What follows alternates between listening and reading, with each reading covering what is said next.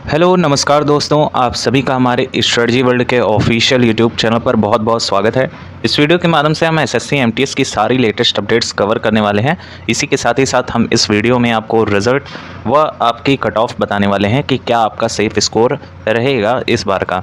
Overall total vacancy आपकी जो है वो टोटल वैकेंसी एमटीएस की 11,994 है और हवलदार की 529 है, जिसका पीईटी व पीएचडी कंडक्ट करवा लिया गया है। अब ये चीज़ें सामने निकल कर आ रही हैं कि आपके सीएचएसएल का जो एग्ज़ाम था वो एमटीएस के कहीं ज़्यादा बाद में कंडक्ट करवाया गया टीयर 1 का, और एसएससी सीजीएल टीयर 1 का भी काफ़ी बाद में करवाया गया था। बेसिक ये है कि आप लोगों का जो रिज़ल्ट है वो एसएससी बाकी सभी का बहुत जल्दी जारी कर दिया। टीयर 1 का देखिए तो एसएससी सीजीएल का भी हाल ही के डेट में इसी हफ्ते जारी किया गया और सीएचएसएल का भी टीयर 1 का रिज़ल्ट जारी कर दिया गया। लेकिन जो एमटीएस का पोस्ट का आपका सारा डाटा हुआ था, कंडक्ट करवाया गया था, उसमें देखा जा रहा है कि अभी तक इसका रिजल्ट देखने को नहीं मिला है। यहाँ आप देख सकते हैं कुल 2 फेजेस में पेपर कंडक्ट करवाया गया था। पहला 2 से लेकर 19 मई तक कंडक्ट करवाया गया और दूसरा फेज आपका 13 से 20 जून को कंडक्ट करवाया गया था। यानी कि पूरा महीना जुलाई, फिर अगस्त और फिर सितंबर, यानी 3 महीने निकल चुके हैं और अभी तक कोई भी चीज़ इसमें देखने को नहीं मिली है एमटीएस के रिकॉर्डिंग। अभी देखा जाए तो हवलदार की पोस्ट की आपकी सारी कट ऑफ्स देखने को मिली, जिसमें दिल्ली का 154 नंबर तक कट ऑफ बना है पीईटी व पीएचडी का। बाकी अगर देखा जाए तो लखनऊ जोन का भी 136 नंबर के अप्रॉक्स बना है, तो काफ़ी हाई फाई कट ऑफ बना है। और इसके पीछे का भी बेसिक रीज़न ये है कि अच्छे खासे जो है एमटीएस आपके हवलदार के जो पोस्ट हैं उसमें आपका डिवीज़न वाइज है, जिसमें कहीं 6 पोस्ट हैं, कहीं 2 पोस्ट हैं, कहीं 10 पोस्ट हैं। तो ऐसे कुल ऑल ओवर इंडिया से लेके इतने कम जो है पोस्ट हर स्टेट में देखने को, हर यूटी में देखने को मिल रहे हैं। सेम इसी तरह का डिवीज़न आपके एसएससी एमटीएस में भी देखने को मिल रहा है, जिसमें कई सारी जगहें ऐसे हैं जहां एक ही पोस्ट है। जैसे लद्दाख यूटी की बात करें तो वहां पर एक पोस्ट है, और बाकी अगर दिल्ली की बात करें तो वहां 2000 से भी ज़्यादा पोस्ट देखने को मिल रही हैं। महाराष्ट्र में 1600 के अप्रॉक्स आपकी पोस्ट देखने को मिल रहे हैं। तो हर जगह का अपना अपना जो है वहाँ पर देखने को मिल रहा है। लेकिन जहाँ तक बात है रिज़ल्ट की, तो रिज़ल्ट बेसिकली आप लोग का पीईटी पीएचडी पर डिपेंड था। तो पीईटी व पीएचडी कंडक्ट करवा लिया गया है और अब 2 हफ्ते से भी कम समय में उसका जो है रिज़ल्ट आपको देखने को मिलने वाला है। ठीक उसी तरह आपका जो एमटीएस का रिज़ल्ट है वो भी साथ ही साथ घोषित कर दिया जाएगा टीयर 1 का, क्योंकि काफ़ी ज़्यादा वक्त इस बार एसएससी ने लिया है एमटीएस के रिगार्डिंग। हर बार देखा जाए तो 2 महीने के अंदर ही आप लोग का रिज़ल्ट दे दिया जाता था, लेकिन इस बार कहीं ना कहीं कुछ देरियां हुई हैं। और कुछ देरी इस वजह से भी हो रहा है कि आपका नया जो है एसएससी एमटीएस भी कंडक्ट करवा लिया गया है और इसका भी काफ़ी ज़्यादा इम्पैक्ट देखने को मिलेगा। मान लीजिए जो विद्यार्थी एसएससी एमटीएस पहले वाला दिए हुए हैं 12,523 वाला, और जो क्वालिफाई कर लिए होंगे पीईटी पीएचडी, 3000 ऐसे कैंडिडेट हैं जिन्होंने क्वालिफाई किया हुआ है। तो मान के चलिए जो इस बार वाला जो वैकेंसी आया था 1600 पोस्ट पे था, तो वही विद्यार्थी यहाँ भी धावा बोल देंगे, यानी डीवी यहाँ भी वो देने जाएंगे। इससे क्या होगा कि काफ़ी ज़्यादा सीट वेस्ट हो जाएगी। हो सकता है वो आपके 12,523 में सिलेक्शन पा लें और फिर ये वाला भी इसमें रिज़ल्ट उनका क्लियर हो जाएगा, तो डीवी में अगर वे स्किप कर देंगे तो कई सारे पोस्ट इसमें भी खाली हो जाएंगे। तो कहीं ना कहीं एसएससी इस बार थोड़ी बहुत अपनी तरफ से कुछ काम कर रहा है, पर अगर ऐसा होता है तो डेफिनेटली ये जो पोस्ट कंडक्ट करवाया गया है 1600 के अप्रॉक्स, उसमें काफ़ी ज़्यादा जो है विद्यार्थियों को और सीटों को नुकसान पहुँच सकता है। अब बात कर लेते हैं कि रिज़ल्ट अब आप लोग का कब तक देखने को मिलेगा एसएससी एमटीएस का। तो मोस्ट प्रोबेबली अब ये जो है एक्सपेक्टेशन कई सारे लोगों के द्वारा जताई जा रही है कि अब आप लोगों का जो रिज़ल्ट है वो 10 से 15 अक्टूबर के बीच रिलीज़ कर दिया जाएगा। मे भी अगर ज़्यादा भी खींचा जाएगा तो आप लोग का 25 अक्टूबर तक खींच सकता है। इससे ज़्यादा जाने की अब संभावना नहीं है। 25 अक्टूबर से पहले आप लोग का रिज़ल्ट आ जाएगा और इससे पहले भी आने के चांसेस बहुत ज़्यादा हैं। अब हम बात कर लेते हैं कि ओवरऑल आपका सेफ स्कोर क्या रहेगा, क्योंकि काफ़ी सारे अभ्यर्थियों के द्वारा जो है कांटेक्ट किया गया। अभी हाल ही के डेट में राजस्थान के एक साथी थे, उन्होंने बताया कि उनके 82 के अप्रॉक्स नंबर बन रहे हैं और नॉर्मलाइजेशन में उनका 100 या 95 के अप्रॉक्स उनका बन रहा है और एसटी कैटेगरी से बिलोंग कर रहे थे।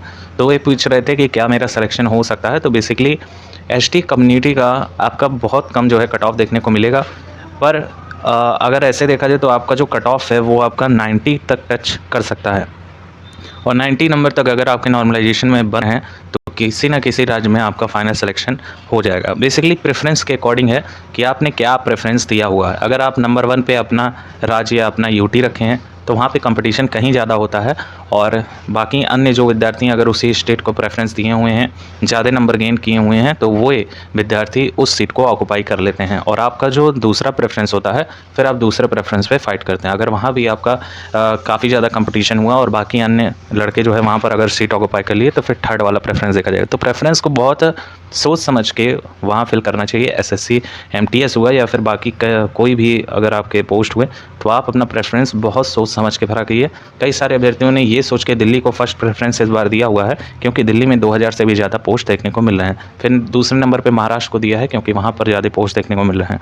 तो यहाँ ऐसा नहीं है, बिल्कुल नहीं है कि आप लोगों का जो दिल्ली में ज़्यादा पोस्ट है तो वहाँ की कट ऑफ कम जाएगी, महाराष्ट्र में कम, महाराष्ट्र में भी ठीक ठाक पोस्ट है तो वहाँ की कट ऑफ कम जाएगी। ऐसा बिल्कुल नहीं है। कंपटीशन के रिगार्डिंग होता है, जैसे दिल्ली में ज़्यादा लोगों ने प्रेफरेंस फर्स्ट पे डाला हुआ तो इसके अकॉर्डिंग वहाँ की जो कट ऑफ है वो कहीं ज़्यादा जाने के चांसेस हो जाते हैं। आप यही देखिए, अगर पीईटी पीएचडी की बात की जाए तो जो कंडक्ट करवाया गया उसकी कट ऑफ दिल्ली की 154 नंबर तक टच की है। तो यहाँ सेशन सेकंड पे बात की जा रही है। सेशन सेकंड में 150 मार्क्स ही आप लोगों का था, लेकिन नॉर्मलाइजेशन के बाद कहीं ज़्यादा विद्यार्थियों ने गेन किया है। अब सोचिए जो जिन विद्यार्थियों का फाइनल रिजल्ट आएगा उनकी कट ऑफ 160 तक भी टच कर सकती है या 165 तक भी टच करेगी। तो ये चीज़ें आप अपने माइंड में क्लियर रखिएगा कि आपकी कट ऑफ कितनी भी जा सकती है। और चूँकि जो कट ऑफ है वो आपके नंबर ऑफ़ वैकेंसीज़ पर डिपेंड करता है और जितने विद्यार्थी वो उस स्टेट में या उस राज्य को फर्स्ट प्रेफरेंस दिए हुए हैं उनके अकॉर्डिंग वहाँ पर कट ऑफ आपकी बनेगी। बेसिकली आप लोग का अगर यूआर कैंडिडेट हैं आप और आपके मार्क्स बन रहे हैं 120, यहाँ पे रॉ स्कोर की बात चल रही है तो थोड़ा जो है आप लोगों का सेफ जोन हो सकता है। नेक्स्ट हम अगर ईडब्ल्यूएस और ओबीसी की बात करें तो ईडब्ल्यूएस ओबीसी में लगभग आपको 100 नंबर तक चाहिए। जनरल की कट ऑफ काफ़ी ज़्यादा जाने के चांसेस हैं क्योंकि बहुत से अभ्यर्थी ऐसे होते हैं जो दूसरे यूटी से बिलोंग करते हैं, दूसरे स्टेट से बिलोंग करते हैं, तो उनके कहीं ज़्यादा नंबर होते हैं तो अपनी कैटेगरी वो छोड़ के दूसरे कैटेगरी में वहाँ यूआर कैटेगरी में फाइट करने लगते हैं, जिसकी वजह से जो कट ऑफ है काफ़ी ज़्यादा जो है बूस्ट कर जाती है। तो यहाँ पे आपकी ईडब्ल्यूएस से आप बिलोंग कर रहे हैं या ओबीसी से बिलोंग कर रहे हैं तो 100 नंबर आपके सेफ होंगे और आप जो है कहीं ना कहीं किसी स्टेट में ज़रूर जॉब पा लेंगे। नेक्स्ट हम बात कर लेते हैं एससी कैटेगरी का। तो एससी में लगभग आपके 90 से 95 नंबर मोर देन इनफ है। बाकी एसटी कैटेगरी का भी आप लोगों का 85 से लेके 90 तक काफ़ी अच्छा खासा स्कोर आपका माना जा सकता है। बाकी अगर हम बात करें फिजिकल हैंडीकैप्ड या अदर हैंडीकैप्ड की तो यहाँ पे आप लोग की कट ऑफ लगभग 85 तक टच कर सकती है साथियों। और बाकी एक सर्विसमैन का आपका कम कट ऑफ देखने को मिलेगा, 75 नंबर मोर देन इनफ आपका होने के चांसेस हैं। फिर भी अगर हम बात कर लें सीएचएसएल जैसे पोस्ट की, उसकी भी कट ऑफ 154 नंबर तक बनी है यूआर कैटेगरी की। और ईडब्ल्यूएस की बात करें तो 145 से लेकर 150 तक वहाँ पर कट ऑफ देखने को मिल रही है टीयर 1 की। यहाँ सेम यही चीज़ आपका सीजीएल में भी देखने को मिल रहा है और लगभग 10,000 के अप्रॉक्स जो है कैंडिडेट को वहाँ पर क्वालिफाई करवाया गया है। अगर इससे कंपेरिजन करते हैं तो यहाँ पर हम लोग पा सकते हैं कि कट ऑफ तो आपकी ज़्यादा जाने के चांसेस हैं, लेकिन फिर भी अगर सेफ स्कोर की बात करें, आपका रॉ स्कोर अगर इतना बन रहा है तो डेफिनेटली बहुत ज़्यादा चांसेस बढ़ जाते हैं क्योंकि नॉर्मलाइजेशन वो भी हम किसकी बात कर रहे हैं ये भी मैटर करता है। हम एसएससी की बात कर रहे हैं तो नॉर्मलाइजेशन में आपके 20 नंबर भी प्लस हो सकते हैं, किसी शिफ्ट के 30 नंबर भी प्लस हो सकते हैं क्योंकि अभी पीएचडी व पीईटी का देखा गया है कि विद्यार्थियों के लगभग 30 नंबर तक भी प्लस हुए हैं, किसी विद्यार्थी के 22 नंबर भी प्लस हुए हैं। एक विद्यार्थी ने कॉन्टैक्ट किया था, उसका 119 नंबर तक आ रहा था, लेकिन उसका हवलदार भी क्लियर है, वो भी लखनऊ जोन से उसका क्लियर है और उसका जो नंबर है वो 140 तक गया है। तो हम इस तरह से देखें तो यहाँ पर काफ़ी ज़्यादा जो है आपके नंबर बढ़े हैं। 20 नंबर 21 नंबर बढ़ना मामूली बात नहीं है, काफ़ी ज़्यादा गेम चेंज हो जाता है, एक एक नंबर की फ़ाइट होती है और यहाँ तो पूरा नॉर्मलाइजेशन का ही तो खेल है। बाकी देखते हैं क्या होता है। जब भी आपका रिजल्ट पब्लिश होगा हम अपने चैनल के माध्यम से तुरंत कवर करके आपको बता देंगे। तो चैनल को सब्सक्राइब जरूर कर लीजिएगा साथियों, इसी के साथ ही साथ वीडियो लाइक ज़रूर करें ताकि अन्य साथियों तक ये वीडियो पहुँच सके और कोई क्वेरी हो तो आप कमेंट सेक्शन में ज़रूर पूछें। Thank you so much for watching and keep updated.